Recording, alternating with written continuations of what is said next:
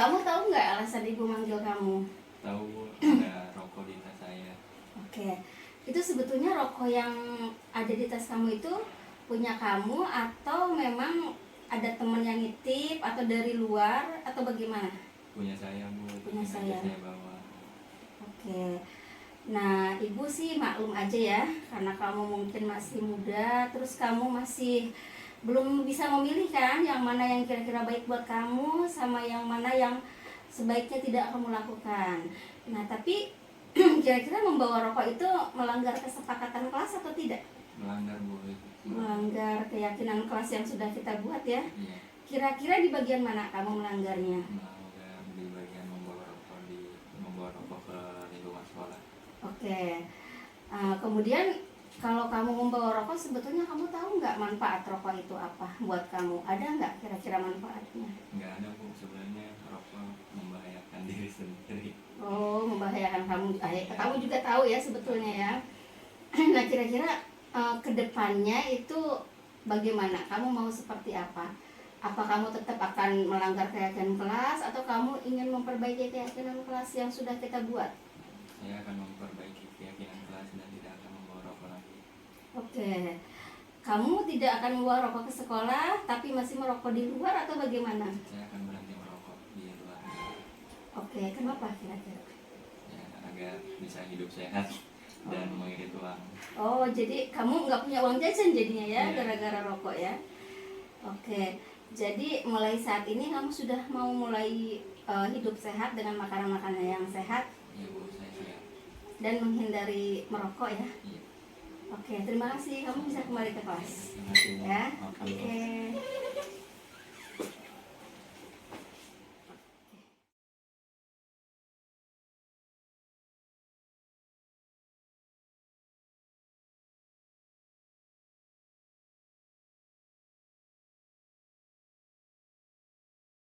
Wabarakatuh. Saya berdiri aja ya. Jadi setelah jawab salam yang kedua, nggak ada yang ngomong lagi ya, saya aja yang ngomong. Assalamualaikum warahmatullahi wabarakatuh. Waalaikumsalam warahmatullahi wabarakatuh.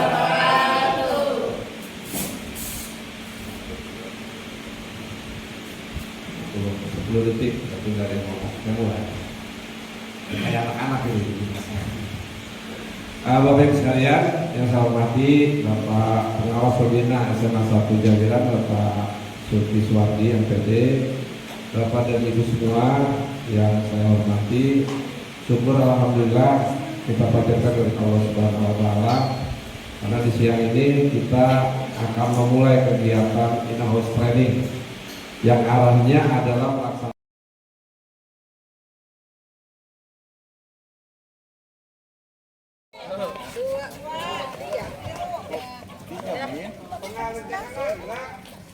Itu tiang apa?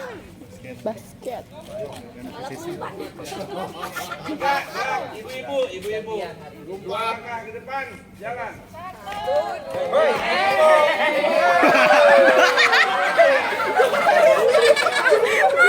Ibu emang dia mah figurnya kayak ibu. Memang pantas ibu-ibu.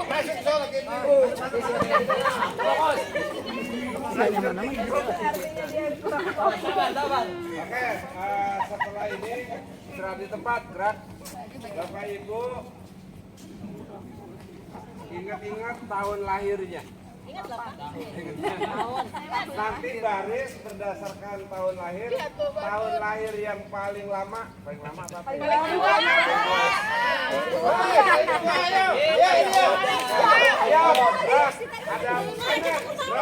Yang saya itu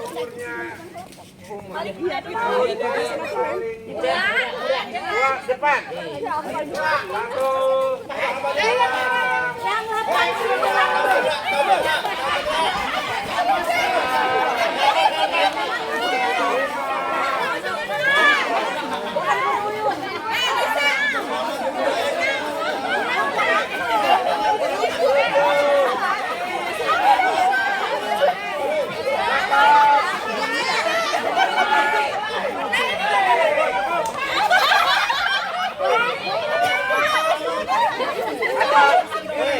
Oke, ada kiri semua.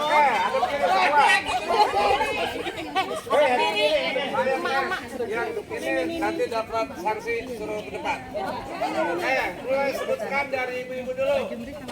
Kalau belakangnya aja. Belakangnya 55.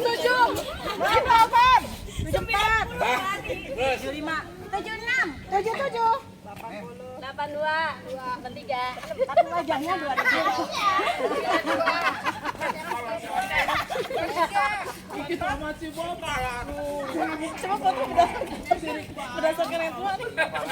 Berapa bapaknya?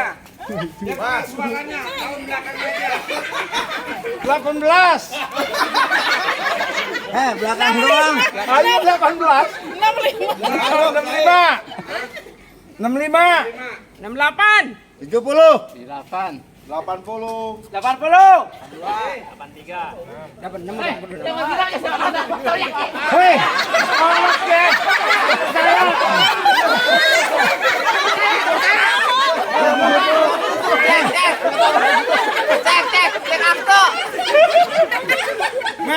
Mat, jadi korupsi masih.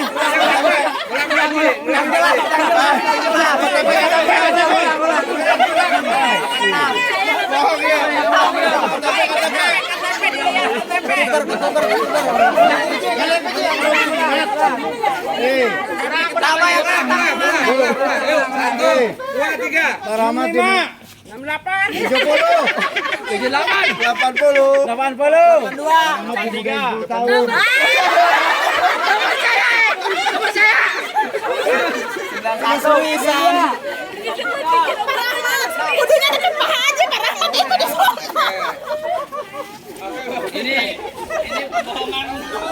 Mat. Umur jadi korupsi. Berapa kelompok gitu? 8 ya, Pak? 8 kelompok.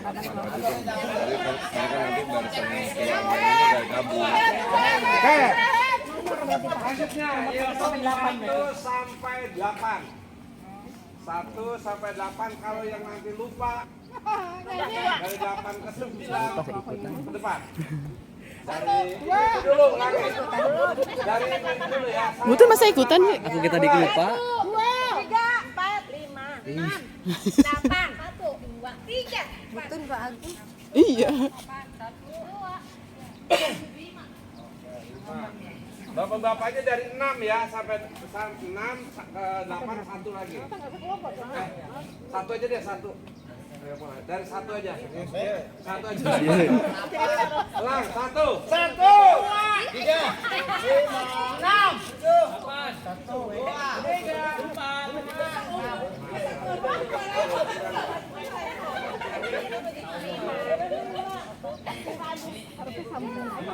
Ingat nomornya.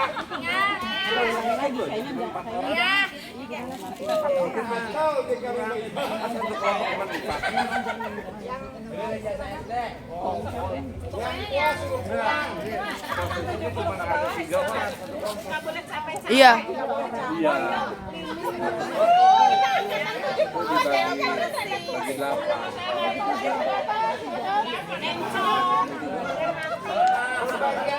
Di kelas 1 kelompok 6 ada berapa gol sih? 46 ya? Ada 6 kan sama saya?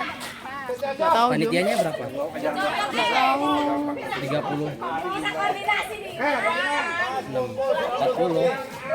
40 orang.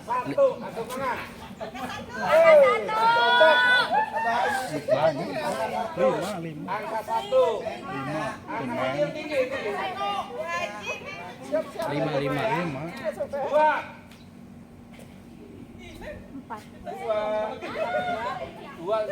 5. 5. Ada 5.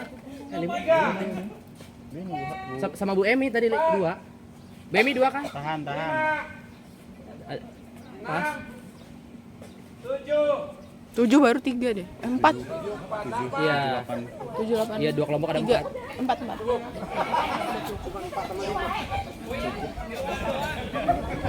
Tahu mau ngapain?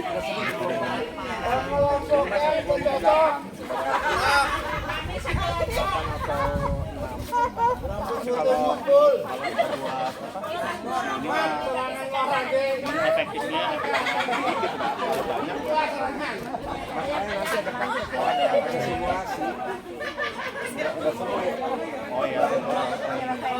Kalau 8 cuma 2 kelompok, 3 kelompok ya.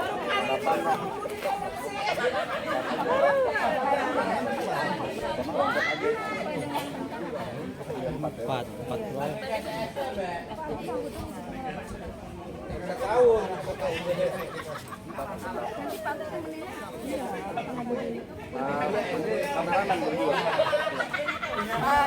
Lebih banyak kelompok untuk masuk.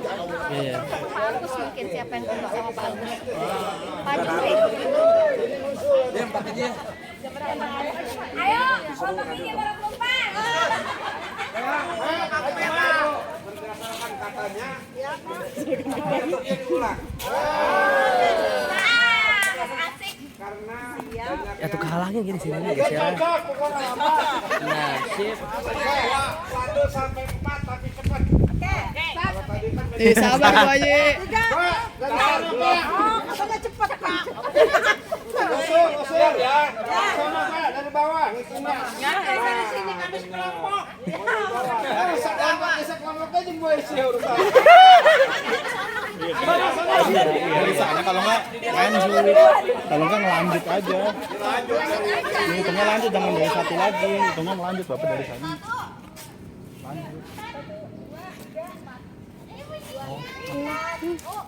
Dua, 4, 1, 2, 3, 4. Tetap 1. Lanjut aja. Saya lanjut hitung aja. Keren ya.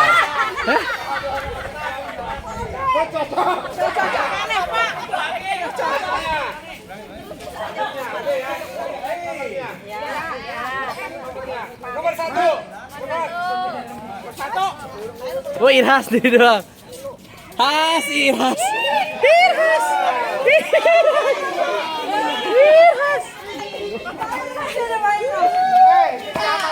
Yes, pindah.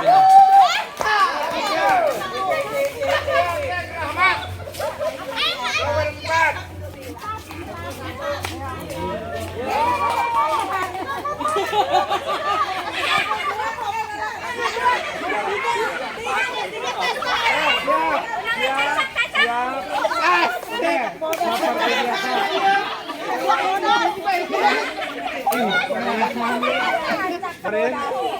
Setelah ini silakan bikin yel-yel sama nama kelompok.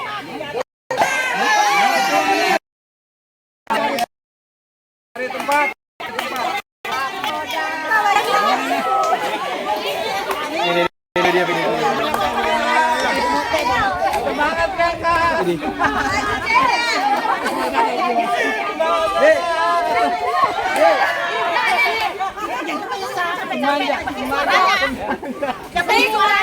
Jodoh bakal marah sih. Ngikutin aja.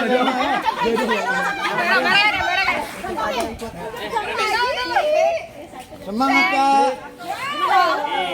Six. Inilah kelompok empat yang paling keren. Inilah kelompok empat yang paling keren.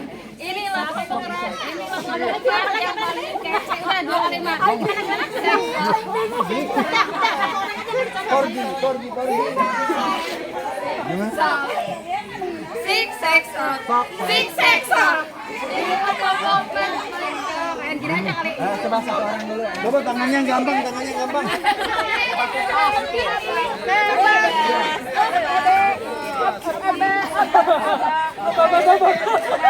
Zaman baheula.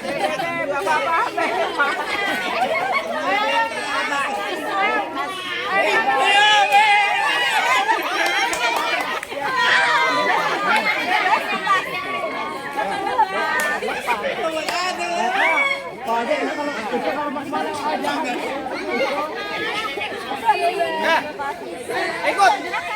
Bagus itu.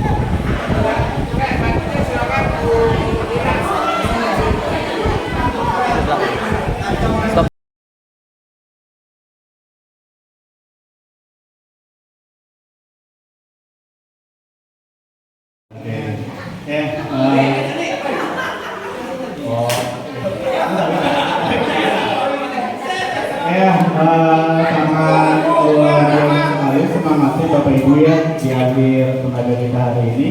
Tapi tetap semangat, insya Allah semangatnya tetap terjaga sampai hari terakhir PHP.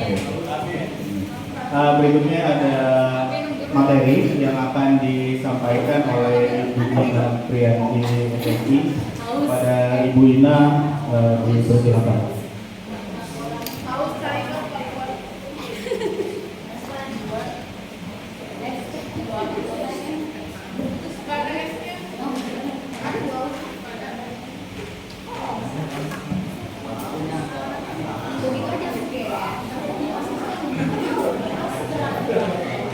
Assalamualaikum warahmatullahi wabarakatuh. Waalaikumsalam warahmatullahi wabarakatuh.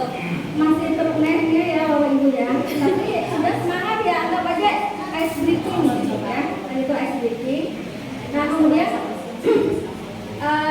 kita mulai dengan bukan materi sebetulnya, tapi hanya penuntut untuk kegiatan kita pada saat berdiskusi di kegiatan IKT yang pertama. Oke, ini saja. Nanti setelah itu untuk diskusi nanti akan kita lakukan di tempat yang utama tersebut. Ini bukan hari ini. Oke, saya mulai ya. Assalamualaikum warahmatullahi wabarakatuh. Saya mulai.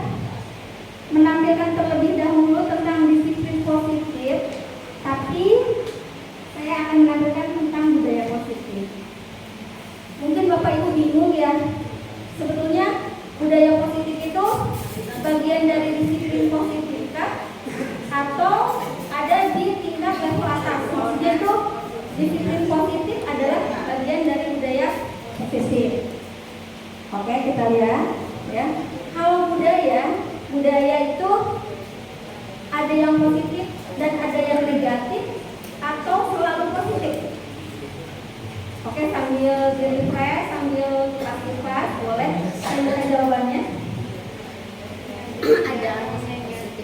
Ada budaya positif dan ada budaya negatif atau bagaimana? Iya. Ada. Nah, kalau dia sudah ada kata berbudaya, itu apakah positif atau negatif? Berbudaya. Positif. Ya. Jadi kata ber di situ adalah menunjukkan bahwa sudah positif. Oh, orang ini berbudaya, berarti dia telah melakukan setiap kegiatannya atau tingkah lakunya sudah positif. Seperti itu. Nah, sekarang kita lihat hubungan dari budaya positif ini dengan disiplin positif. Nah, disiplin positif, untuk mewujudkan budaya positif, kita harus memiliki beberapa konsep.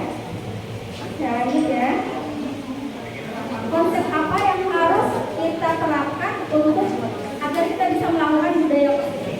Yang pertama adalah, nah, ini adalah disiplin positif. Ternyata disiplin positif itu adalah suatu konsep, salah satu konsep untuk kita menerapkan budaya positif. Kemudian yang akan kita ingatkan juga pada hari ini adalah motivasi perilaku manusia berupa hubungan dan penghargaan.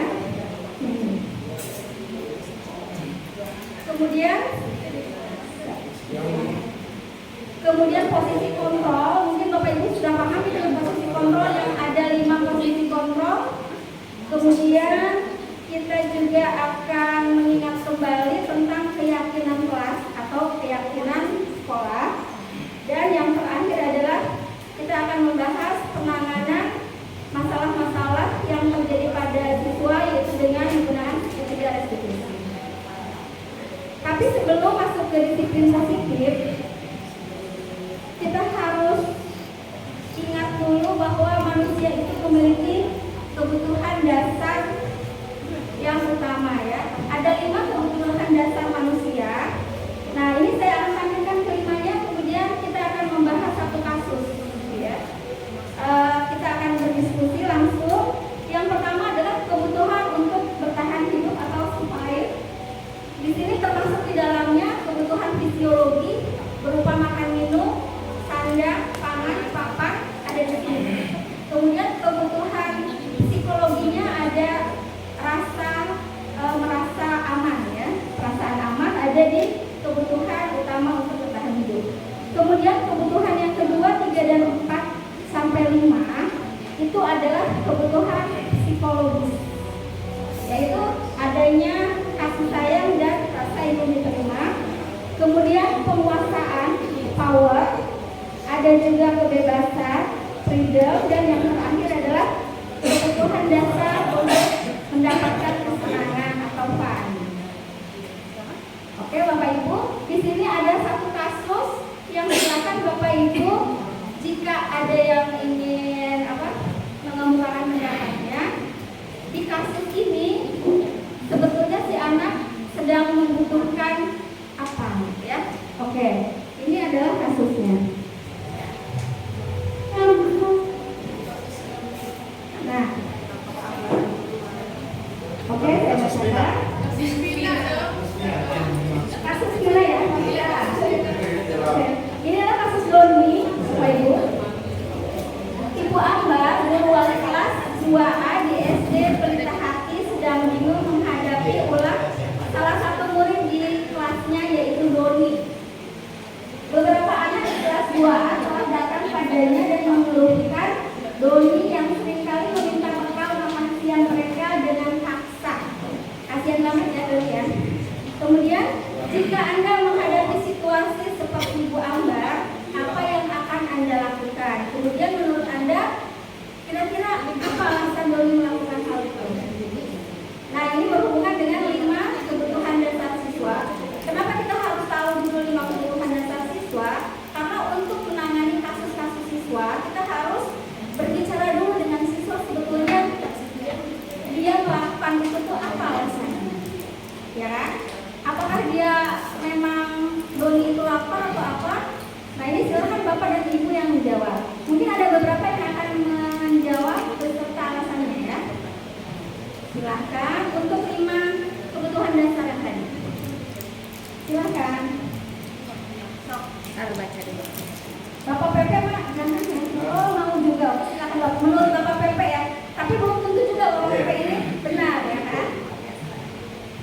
Terima kasih Ibu.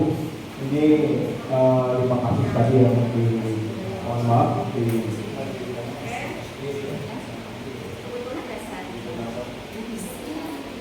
5 kebutuhan dasar manusia.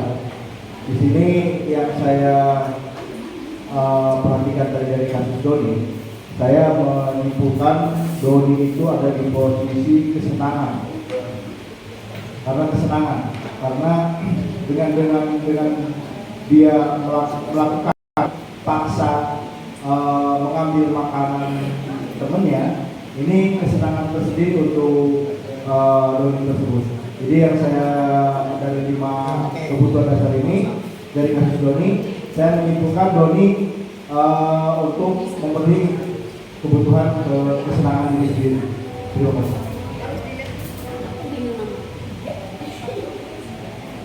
Oke, silakan ada lagi. Kelompok 2. Kelompok 3.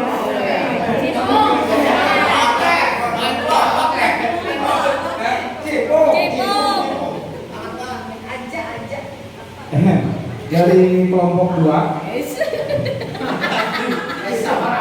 ada pesan sponsor dari Bu Iin. Yang pertama bahwa tadi Ibu mengatakan bahwa kita harusnya ketemu dulu dengan si Doni. Bagaimana konsep dia, latar belakang si Doni ini? Apakah si Doni dari keluarga tidak mampu atau dari keluarga mampu? Jangan kita membuat jas bahwa oh ini begini begitu dan sebagainya. Harusnya kita melihat dulu bagaimana si Doni dalam konteks sehari-harinya. Bisa saja Doni dalam kehidupan sehari-hari memang kurang, sehingga dia tidak punya bekal. Tetapi karena sekolah itu sudah ada kesepakatan kelas makan siang bersama, Doni nggak punya makanan, dia otomatis maksa kepada kawan-kawan yang membawa makanan tersebut. Jadi tapi kita terlebih dahulu harusnya melihat bagaimana yang disebutkan dengan latar belakang dari Doni tersebut. Jika kesimpulannya mohon maaf Bu, agak ngambang ketika aku ngobrol dengan si Doninya. Itu barangkali tadi, barangkali si Doninya ini ada dari keluarga tidak mampu. Nah, menurut kelompok 2. Walaupun begitu, nanti kita serahkan kepada yang lain. Itu aja barangkali Bu. Terima kasih. Cipung. Ayo Bapak Ibu dari kelompok lain, soalnya nilai akan diakumulasi oleh panitia ya untuk mendapatkan door prize apa gitu ya, supaya jangan keren. Ada yang berpendapat lain atau sebelum kita panggil orang Doni di sini mungkin ada yang ingin berpendapat lain. Kelompok lain silakan.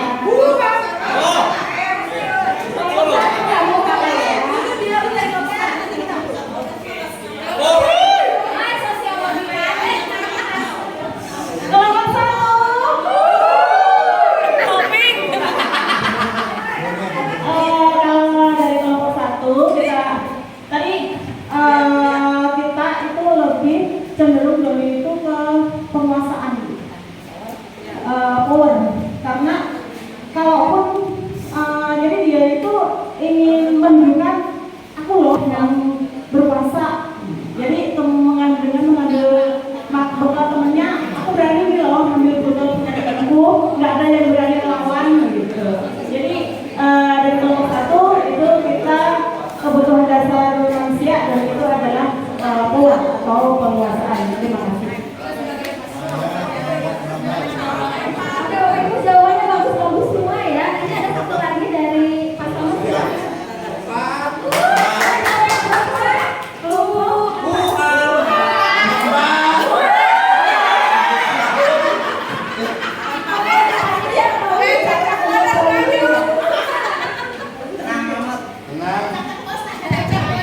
Assalamualaikum warahmatullahi wabarakatuh. Apa yang sudah dipaparkan oleh pemateri, kalau kita lihat kebutuhan dasar manusia, tadi Bu Ina menerangkan poin pertama sampai kelima, kemudian beliau memberikan contoh tentang si Doni. Artinya apa yang dicontohkan tentang si Doni, maka kebutuhan kelima-limanya itu bisa dipresentasikan ke si Doni itu. Dari 1 sampai 5 bisa. Ketika saya bicara bahwa kebutuhan hidup, ya ini kan bicara kebutuhan hidup, bukan berarti apa namanya ketika ada keinginan sepotong roti, bukan si Doni nggak makan roti kemudian tidak hidup, tidak. Tapi bagaimana dia ingin mencoba roti itu, ya hanya sekedar ingin menikmati saat itu. Kemudian, saya nih, ya supaya bisa diterima oleh teman-temannya, saya menunjukkan dirinya, si Doni itu menunjukkan dirinya, kemudian penguasaannya, power, bahwa ketika dia berusaha merebut makan makanan teman-temannya, dia juga berusaha mengupgrade dirinya bahwa dia mempunyai power, punya kekuasaan. Kemudian ketika bebas, ini gurunya yang harus memberikan batasan-batasan bahwa itu adalah hal-hal yang tidak baik. Walaupun nanti ketika dia berhasil apa yang ia inginkan, mungkin ada rasa senang. Tapi sekali lagi apa yang sudah dipaparkan oleh Bu Ina tentang si Doni itu bisa dipresentasikan poin 1 sampai ke 5. Terima kasih. Jadi kesimpulannya mana? Iya, kesimpulannya ada begini. Sebelum kita menganalisis kebutuhan manusia, bahwa kebutuhan manusia itu cenderung isinya kebutuhan dasar manusia itu ada 5. Artinya kebutuhan untuk bertahan hidup, kemudian kasih sayang dari seterusnya sampai kesenangan. Artinya per poin-poin secara sederhana, mungkin akibat sepotong roti itu, sepotong makanan itu, jadi si Doni itu berusaha melakukan hal-hal yang itu. Terima kasih, Bin.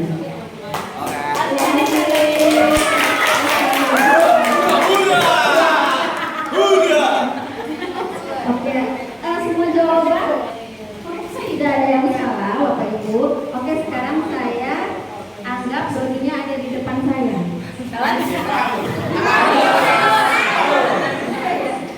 Nah, pada saat saya tanya pada Doni, ternyata katanya ibunya nggak pernah masak di rumah. Sehingga sampai ke sekolah dia lapar dan mengambil makanan temannya. Nah, itu untuk poin berapa kira-kira?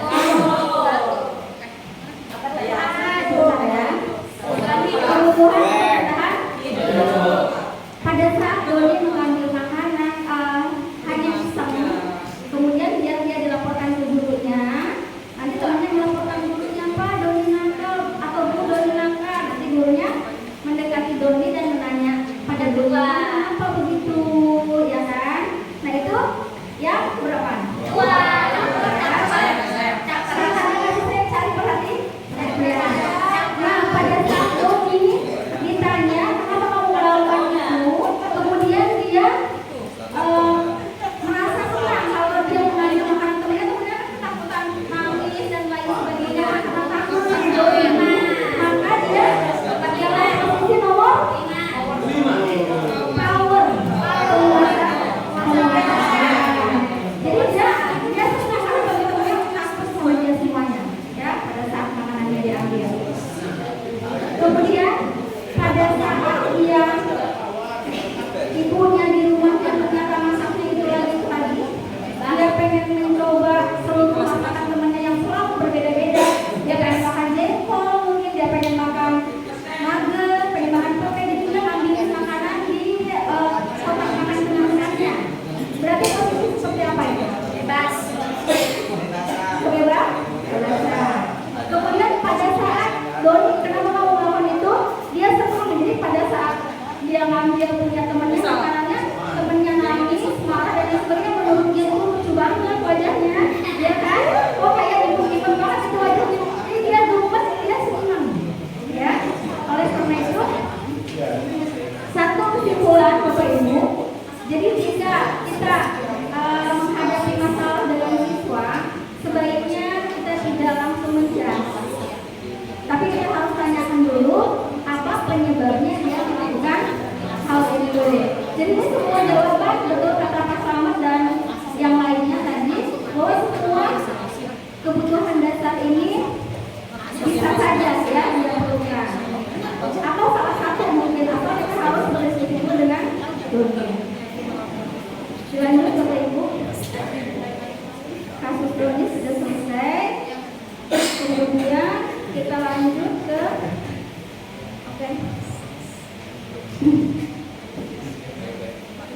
kita berdiskusi lagi aja nih Bapak Ibu ya. Biar poin kelompoknya banyak ya. Panitia kelompoknya sudah dapat poin semua kira-kira. Sudah ya. Oke, dari pembelajaran kita tentang disiplin positif yang banyak itu mungkin ya. Apa yang kita ambil sebetulnya disiplin positif itu apa? Disiplin sendiri itu apa? Disiplin positif itu apa? Oke, yang bisa mengambil kesimpulan? Oke, silakan.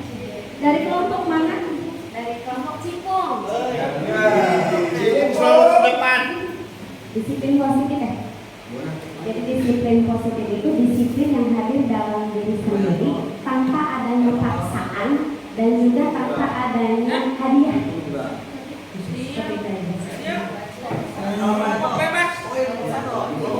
Sudah sangat mendekati.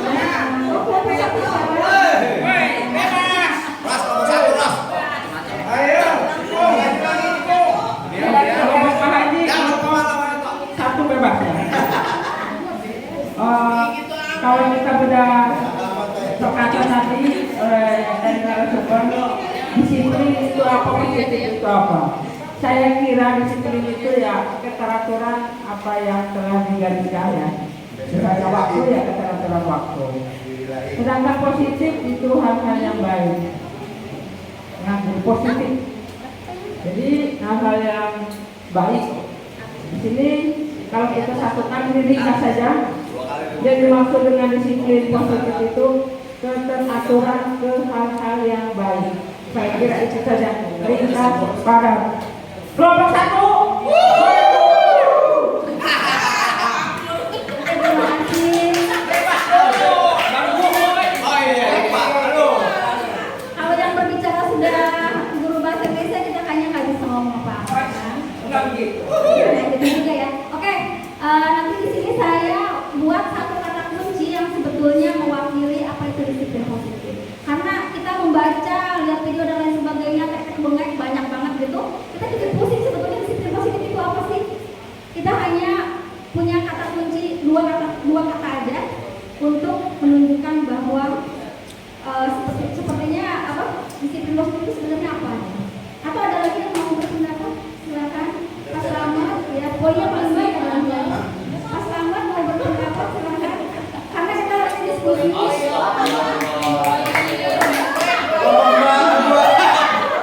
Banyak poin di kamera. Terima kasih.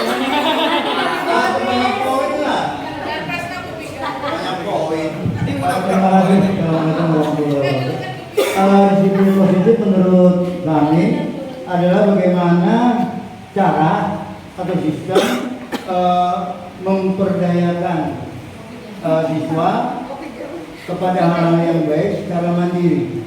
Artinya kita tidak memaksa, tapi bagaimana kita bisa menumbuh kembangkan anak untuk melakukan kegiatan-kegiatan didik tanpa ada tekanan dari kita sendiri, tanpa ada aturan. Ya, artinya kita mencoba menerapkan disiplin positif.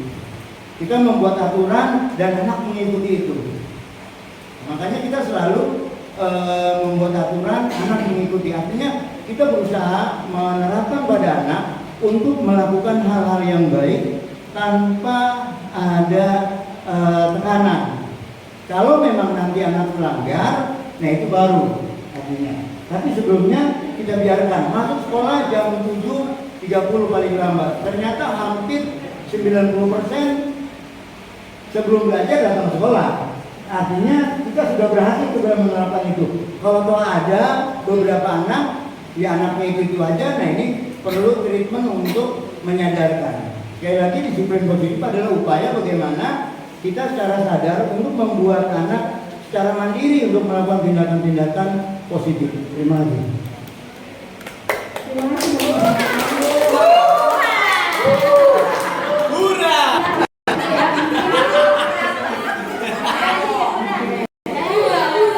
Bapak Ibu, sebagai pemberitahuan nanti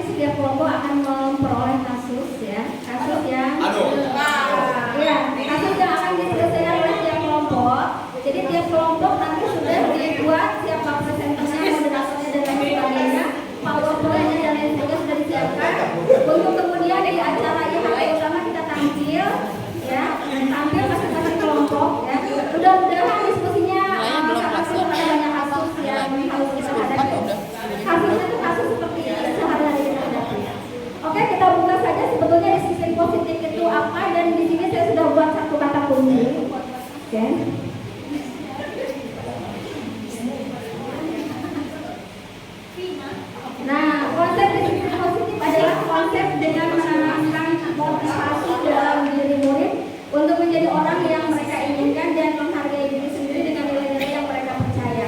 Ternyata kata kuncinya hanya satu, yaitu motivasi intrinsik. Jika seseorang telah memiliki motivasi intrinsik, maka dia melakukan apapun atas kehendak dia sendiri, tapi berdasarkan nilai-nilai universal yang sudah dipercaya. Gitu.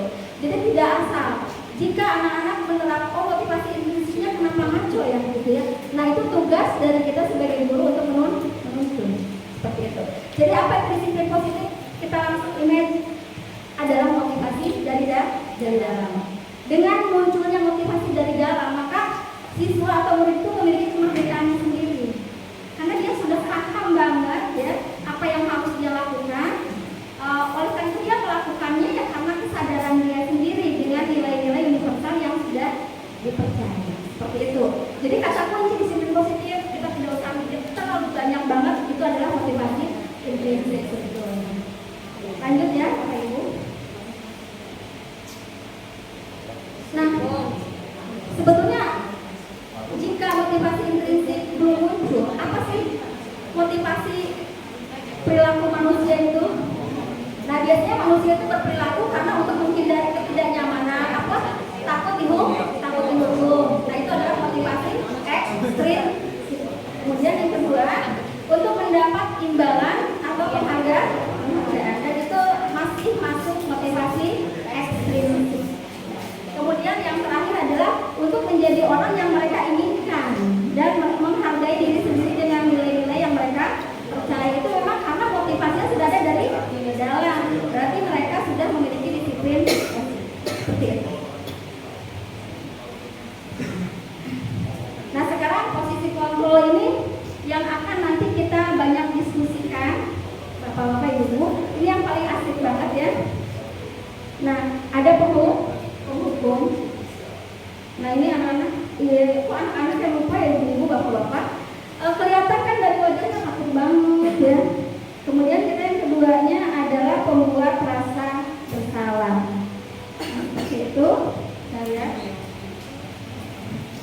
Kemudian posisi kontrol sebagai teman, ini kelihatan akrab banget ya di situ ya. Terlalu akrab. Kemudian ada pemantau. Dan yang terakhir, yang di sini ukurannya saya sangat besarkan adalah posisi manajer. Waktu IHT sebelumnya, kalau tidak salah, kita banyak tebak-tebakan tentang posisi kontrol. Dan kita sebagian besar salah kalau tidak salah. Karena kita punya selalu kecil untuk posisi ini. Nah, mudah-mudahan ini pun tidak akan saya jelaskan secara detail hari ini. Karena waktunya tidak akan cukup. Dan nanti kita akan bahas banyak pada saat kita acara IHT utama. Ya, dengan kasus-kasus yang ada, sebetulnya kita ada di posisi apa. Nah, untuk warna, di sini saya buat warna coklat untuk penghukum dan coklat untuk pembuat rasa bersalah. Padahal dua-duanya itu memiliki karakter penanganan masalah yang berbeda ya. Kalau penghukum kan kesannya ada galak gitu ya. Ada galak, kemudian dia ada memaksa suka-suka dia ya, menghukum ya. Tapi pembuat rasa bersalah itu justru beda. Biasanya orang itu lembut dengan suara yang sangat rendah, ya kan? Kamu ini gimana sih? Kan ibu jadi malu sama kepala sekolah, ya kan? Gitu seperti itu. Tapi itu jelek di hati anak itu jelek banget ibu bapak. Dan ini kebanyakan rata-rata banyak guru yang melakukan ini, termasuk saya sendiri. Sosokan saya itu seperti lembut, padahal jawaban itu salah. Dan mulai hari ini kita akan rubah itu ya. Pembuat rasa bersalah itu justru dengan penghukum itu akan menghasilkan identitas gagal. Warna coklat adalah identitas gagal. Kemudian yang warna hijau tua di sini adalah teman dan pemantau. Itu sebetulnya masih aman, tapi tidak aman-aman banget Bapak Ibu. Karena kalau kita terlalu berteman sama anak, biasanya anak itu sangat nyaman dengan kita dan tidak nyaman dengan guru lain, ya kan? Ada ketergantungan. Kemudian kalau pemantau itu biasanya mereka akhirnya selalu harus dipantau, jadi motivasinya ekstrinsik terus, ya. Sementara manajer ini adalah posisi terbaik yang seharusnya kita lakukan. Seperti apa posisi manajer, nanti di kasus juga akan banyak ditanya seperti apa posisi manajer itu. Kenapa warnanya hijau 3? Karena ketiganya ini hijau tua, hijau muda ini masih menghasilkan identitas sukses untuk anak. Asal kita melakukannya bisa secara bergantian. Misalnya kita ada di posisi manajer, Bapak Ibu, kemudian sekali-kali kita ada di posisi teman. Pada saat posisi apa? Ada di posisi teman. Pada saat misalnya kita study tour, masa kita study tour jadi manajer terus sama anak? Enggak dong, jadi teman ya. Nah sekali-kali kita juga jadi pemantau. Jika perilaku anak memang sudah di luar kata, seperti itu, kita jadi pemantau. Tapi posisi yang paling tepat seharusnya adalah manajer. Dengan memvariasikan dengan posisi teman dan pemantau. Nah itu akan menghasilkan identitas sukses buat anak. Ya, siap ya? Kita lanjutkan. Kemudian untuk menumbuhkan budaya positif selanjutnya kita harus membuat keyakinan kelas. Tadi saya mendengar dari Pak Slamet ada peraturan-peraturan seperti itu. Apa bedanya peraturan dengan keyakinan? Masih dapat poin panitia peraturan dan keyakinan perbedaannya boleh? Silakan. Aku sih bagus lagi. Ini Bu Ade dari tadi pengen ngejawab katanya. Boleh Bu Ade? Iya.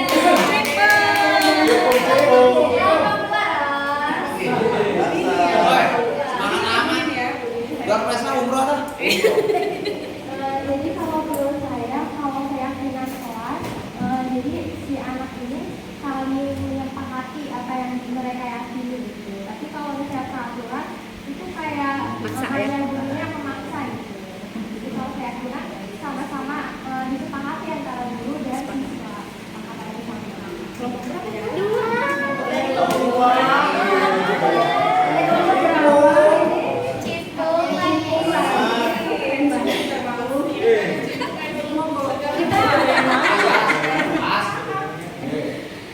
Oke, nanti lihat ya karena akumulasinya.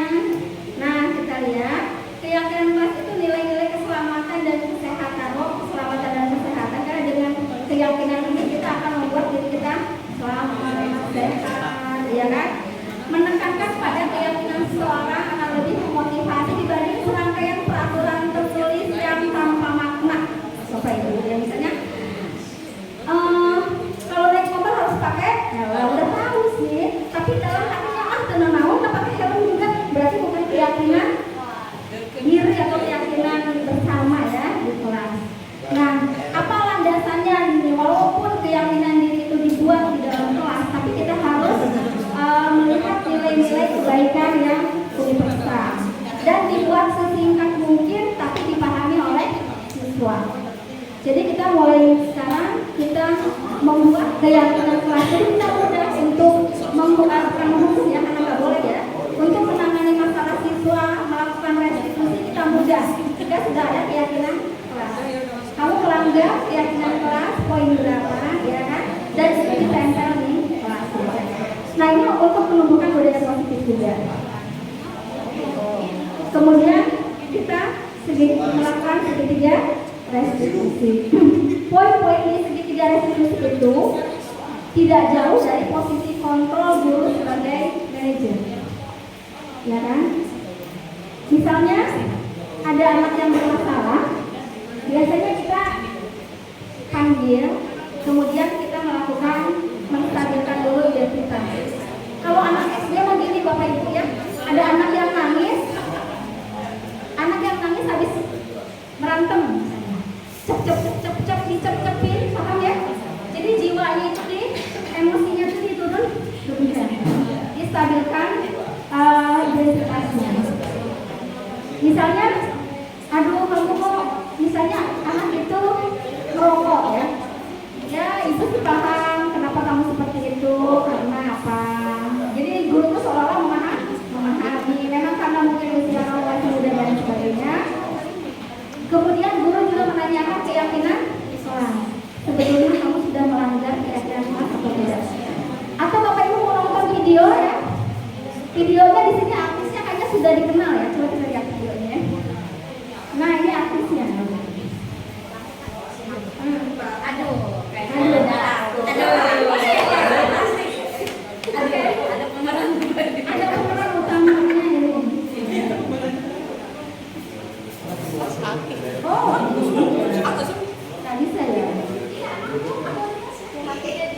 Di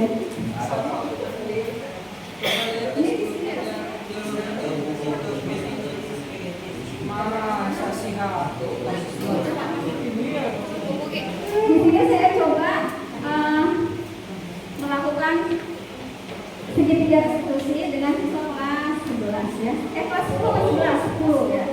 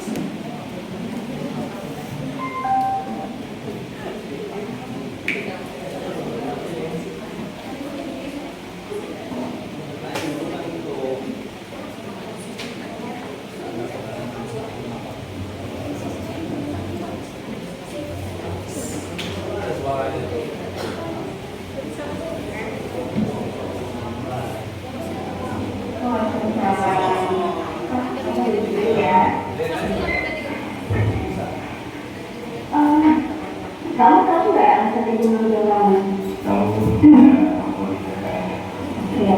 Itu sebetulnya waktu yang ada di dekat kamu itu punya kamu atau memang ada teman yang nitip atau dari luar atau bagaimana? Oke. Nah, ibu sih maklum aja ya, karena kamu mungkin masih muda, terus kamu masih belum bisa memilih kan yang mana yang kira-kira baik buat kamu sama yang mana yang sebaiknya tidak melakukan. Nah, tapi kira-kira membawa rokok itu melanggar kesepakatan kamu atau tidak? Melanggar keyakinan kelas yang sudah kita buat ya. Kira-kira di bagian mana kamu melanggarnya?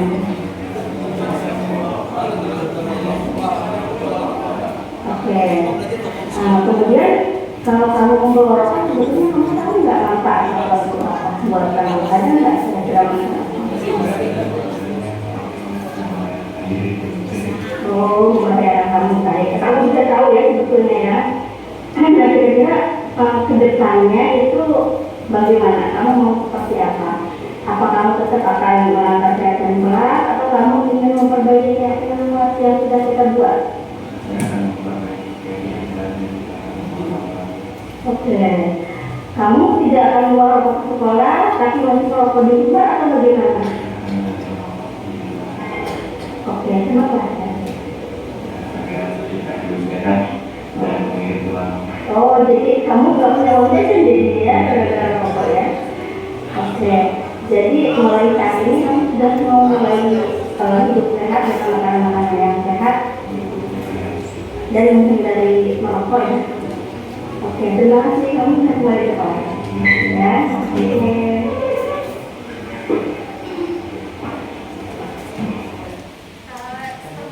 Ibu, sepertinya kita menyelesaikan masalah itu kok tidak perlu teriak-teriak dan sebagainya. Tapi sebetulnya ini susah, sulit sebetulnya kalau kita bicara ya, karena yang harus dididik duluan itu sebetulnya gurunya ya. Bagaimana itu adalah kasus satu. Tapi Bapak Ibu untuk pelaksanaannya nanti di sana kita dikocok lagi ya, yang maju duluan sudah harus kelompok satu nanti. Ya, kelompok 2 kasus 2, kelompok 3 kasus 3, kelompok 4 kasus 4. Cuma nanti untuk presentasi kita acak. Dari kelompok 3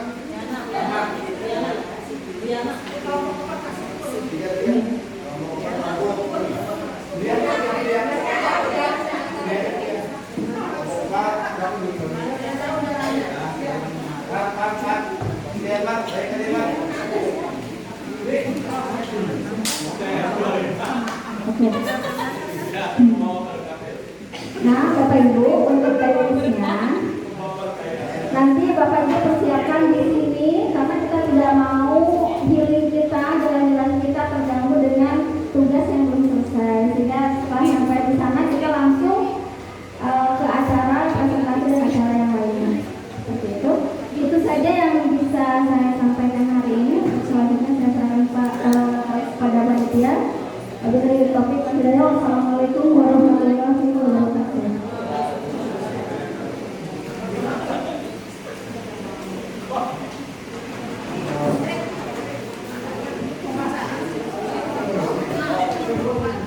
terima kasih kepada Ibu Ina yang sudah sangat luar biasa menyampaikan materi hari ini terkait dengan budaya positif.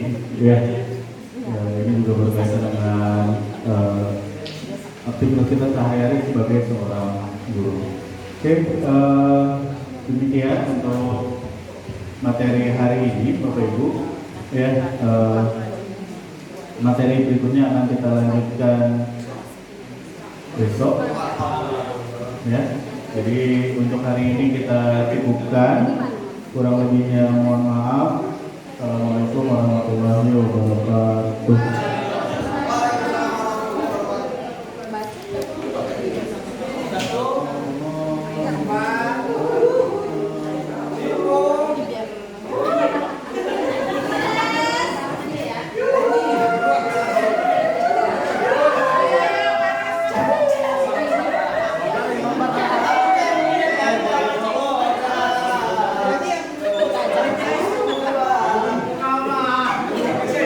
Bapak,